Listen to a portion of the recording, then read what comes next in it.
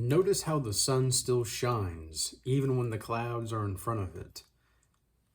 That's going to be how you are on semen retention. Going to be like that sun that continues to shine even when things try to block it from shining. It's always going to be there. And whatever you do on semen retention just seems to work. However, there's way more to this to come in this video on the topic. And I want to welcome you to another Semen Retention Sunday episode here on the Regal Change account. I've got my Sunday morning coffee ready, so we are ready to dive into this topic.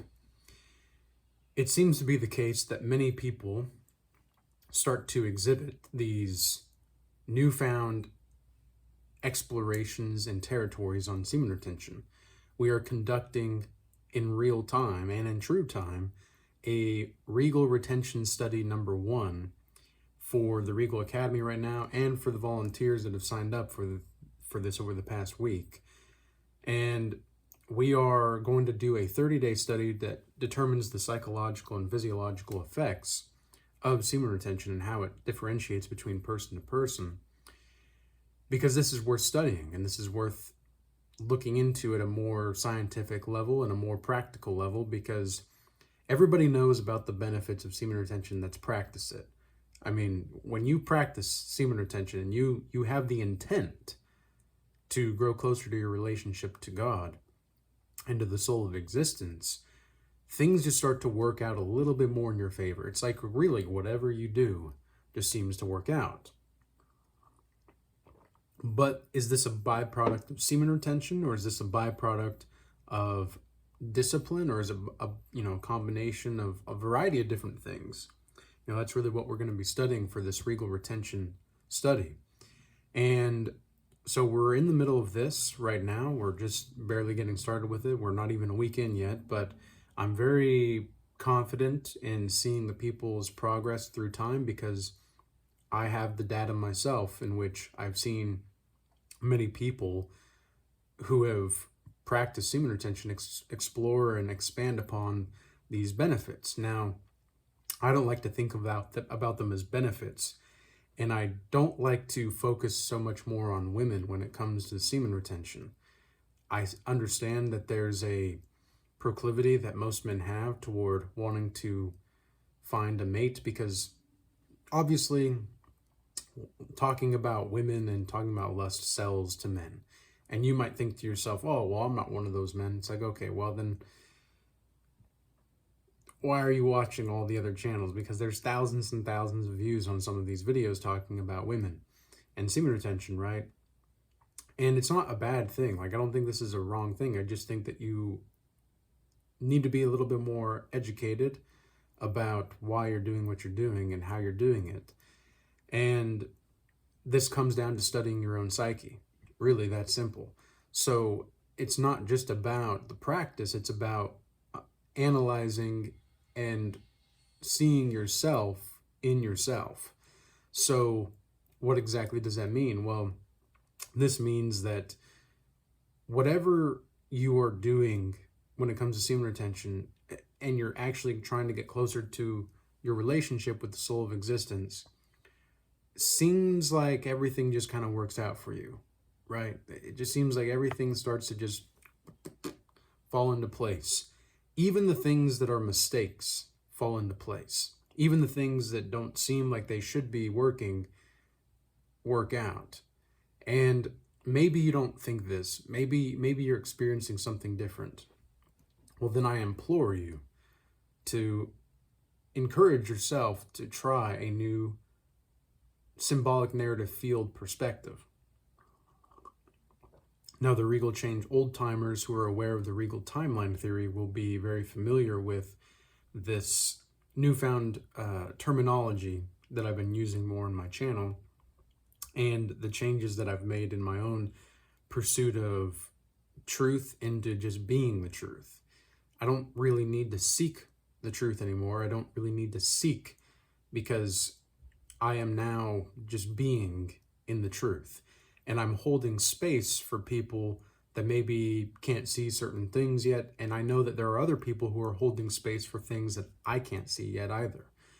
And the reason that I know this is because if we look at the observer effect in physics, okay, the observer effect was created by, it's a theory created by, what was his name?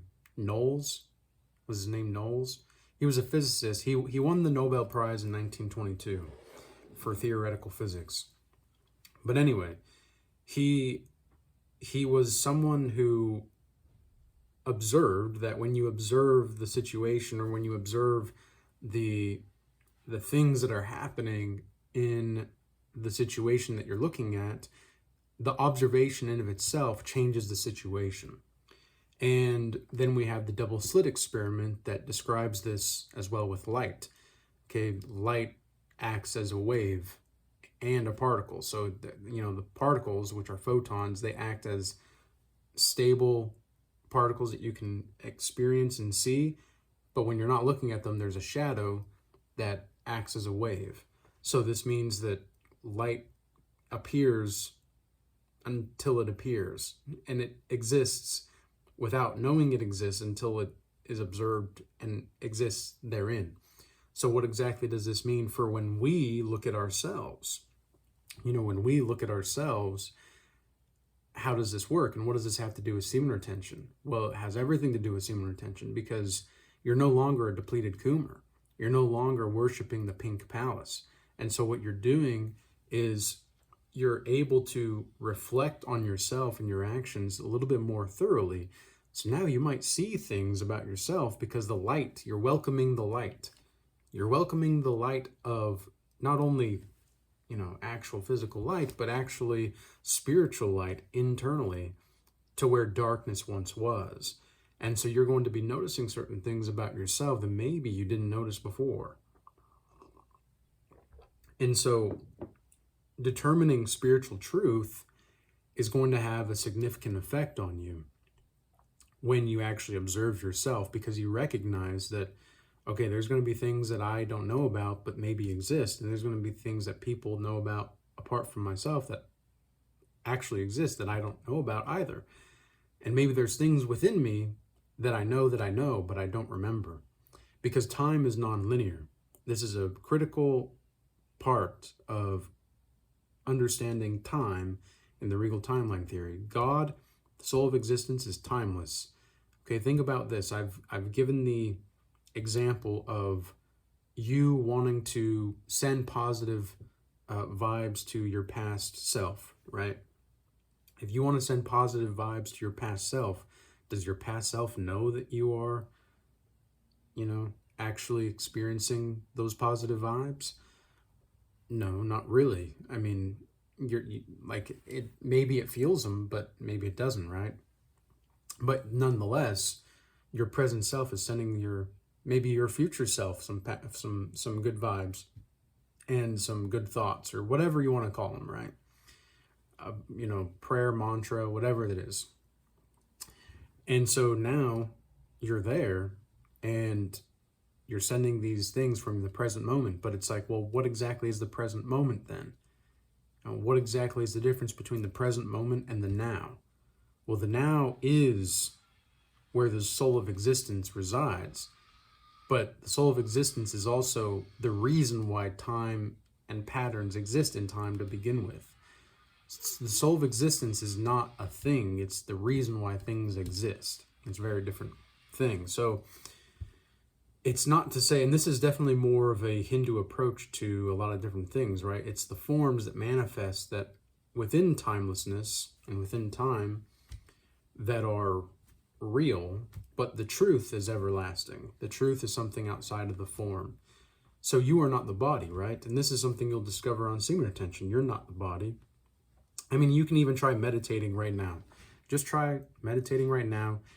And if you're sitting down or standing up or walking or whatever you're doing, just notice your feet on the floor and notice your arms resting on the table, or gravity or density. I don't like to call it gravity, but density pulling you into your seat.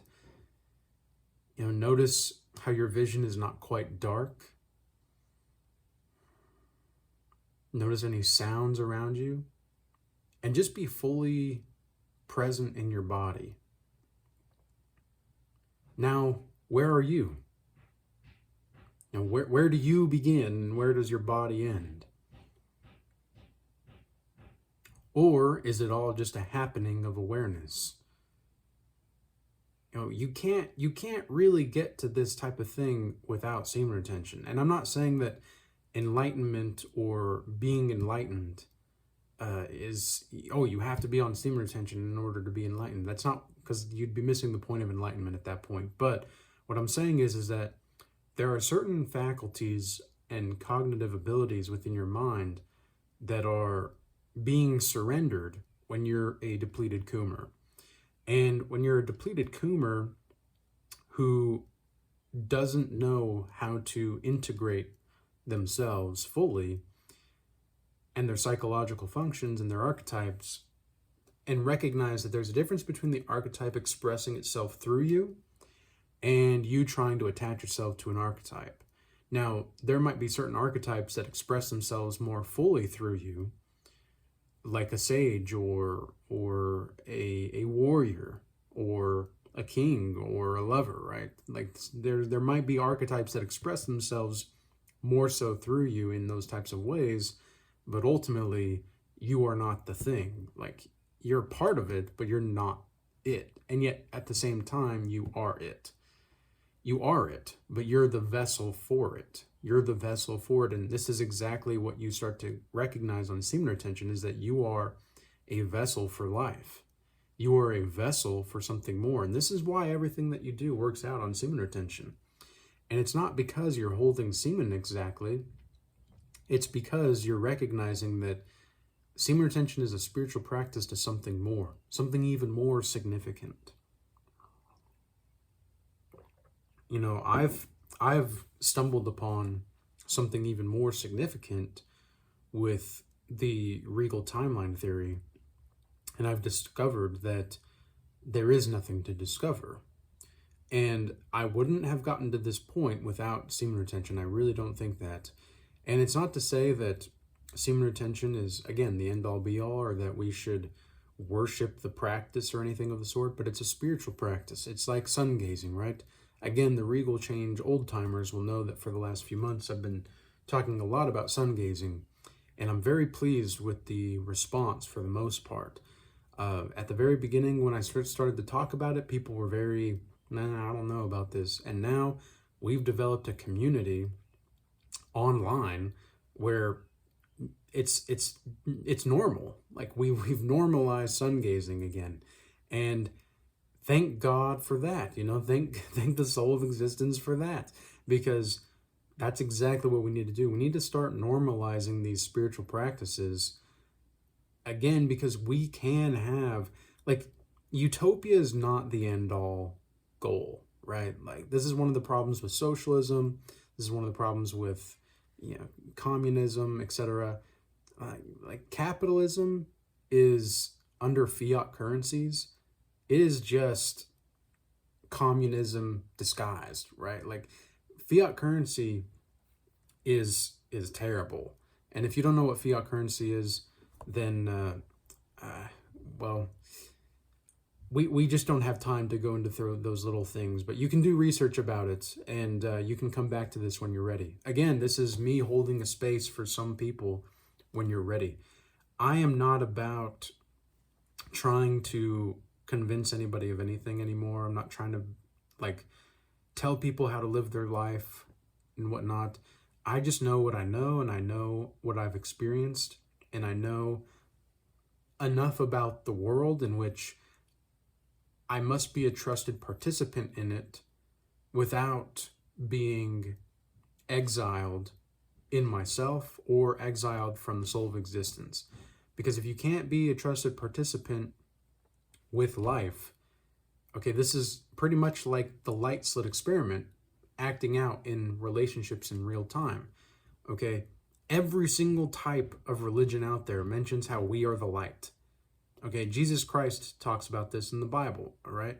In the Gita, the Bhagavad Gita, there's a lot of symbolism behind we we being light expressed through Krishna, right? Like there's a lot of this type of things going on where consistently you see across narrative and symbolic narratives, these symbolic narrative fields that we see demonstrate similar stories.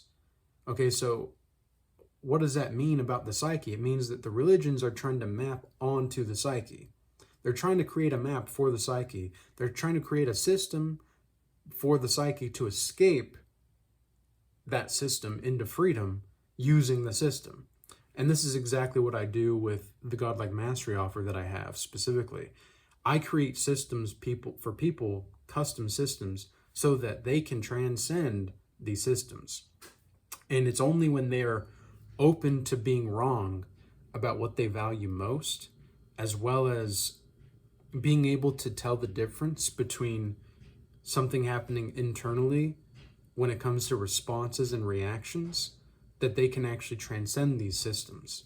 Because if you're in a system and you're attached to the system, like for semen retention, for example, I had a woman on the channel a couple weeks ago, 3 weeks ago, something like that, and she was not a proponent of semen retention, but she was a tantric coach. And I was very fascinated with this because I was like, well, why exactly would she not be interested in semen retention, and yet she talks all about tantra? Because I was under the impression in the Eastern philosophies that this was pretty much one and the same to a lot of degree. But the more that I study these Eastern philosophies and Eastern religions, and the more I talk to people that are more educated on these topics and I learn more, the more that I see that this whole thing is just, they're all talking about the same thing, just from different perspectives. That's all that it is. And so when you retain your seed, you are not only retaining knowledge, you're accessing parts of your creativity and your motor skills, as well as your pattern recognition to recognize pattern convergence signals, as I call them. They're synchronicities. You recognize these things because they might have been there all along, but because you're not looking for them, or you're not able to even receive these things, you're not even able to access these freedoms, the system that you're in is prohibiting you from the very freedom that you seek to have. Do you see what I'm saying here? Do you understand what I'm saying? So this is why it's very important to recognize how we can see semen retention to be a practice to recognize and envelop ourselves more into the consciousness and the self, more so than it is to glorify ourselves.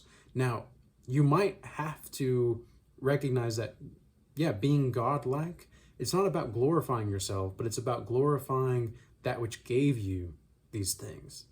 Because you are the vessel, like you are just as divine as the divine source itself. And people that tell you different haven't really read any of these religious texts. They've read them, but have they actually understood them? Because this is what's so interesting about consciousness, right? And Roger Penrose, who's a physicist, who I don't really necessarily agree with on everything, but he is definitely up there when it comes to like physics legends. He's like a rock star for the physics world, okay? And Roger Penrose, he's like in his 90s right now, but he has talked about the collapsing wave function and how consciousness can't really be explained because it acts as a computation, and yet it's not a computation because there's something that understands. We don't know what that understanding really is. All that we know is that we can experience that understanding. So this is where the collapsing wave function in physics and light, etc., quantum physics specifically, really comes into play. And that's what's so fascinating about all of this, is like, this is why whatever you do works on semen retention, is that you recognize that this is just part of the process. And even if there were certain things that happened, all the relapses or the mistakes or whatever, it's part of the process of understanding. And that's exactly what we want to focus on. So, with all that being said, I hope this message was useful and insightful for you. I still have the 2 spots left for my Godlike Mastery offer, and I also have one-on-one sessions available, and then the Regal Academy is also available for you guys as well. So I've got plenty of different types of services and places where you can get extra content or extra education or information, as well as direct access to me, in which we can personally tailor your own transformation. I mean, give me 3 months. That's really what the Godlike Mastery offer is about. Give me 3 months and I can totally transform you. No question. If you follow the system to escape the system, you're going to be transformed. Because that's what it's all about as well. I am the education, I'm not the educator. You know, there's a difference. So, cheers to you. Stay blessed. Peace. Until next time.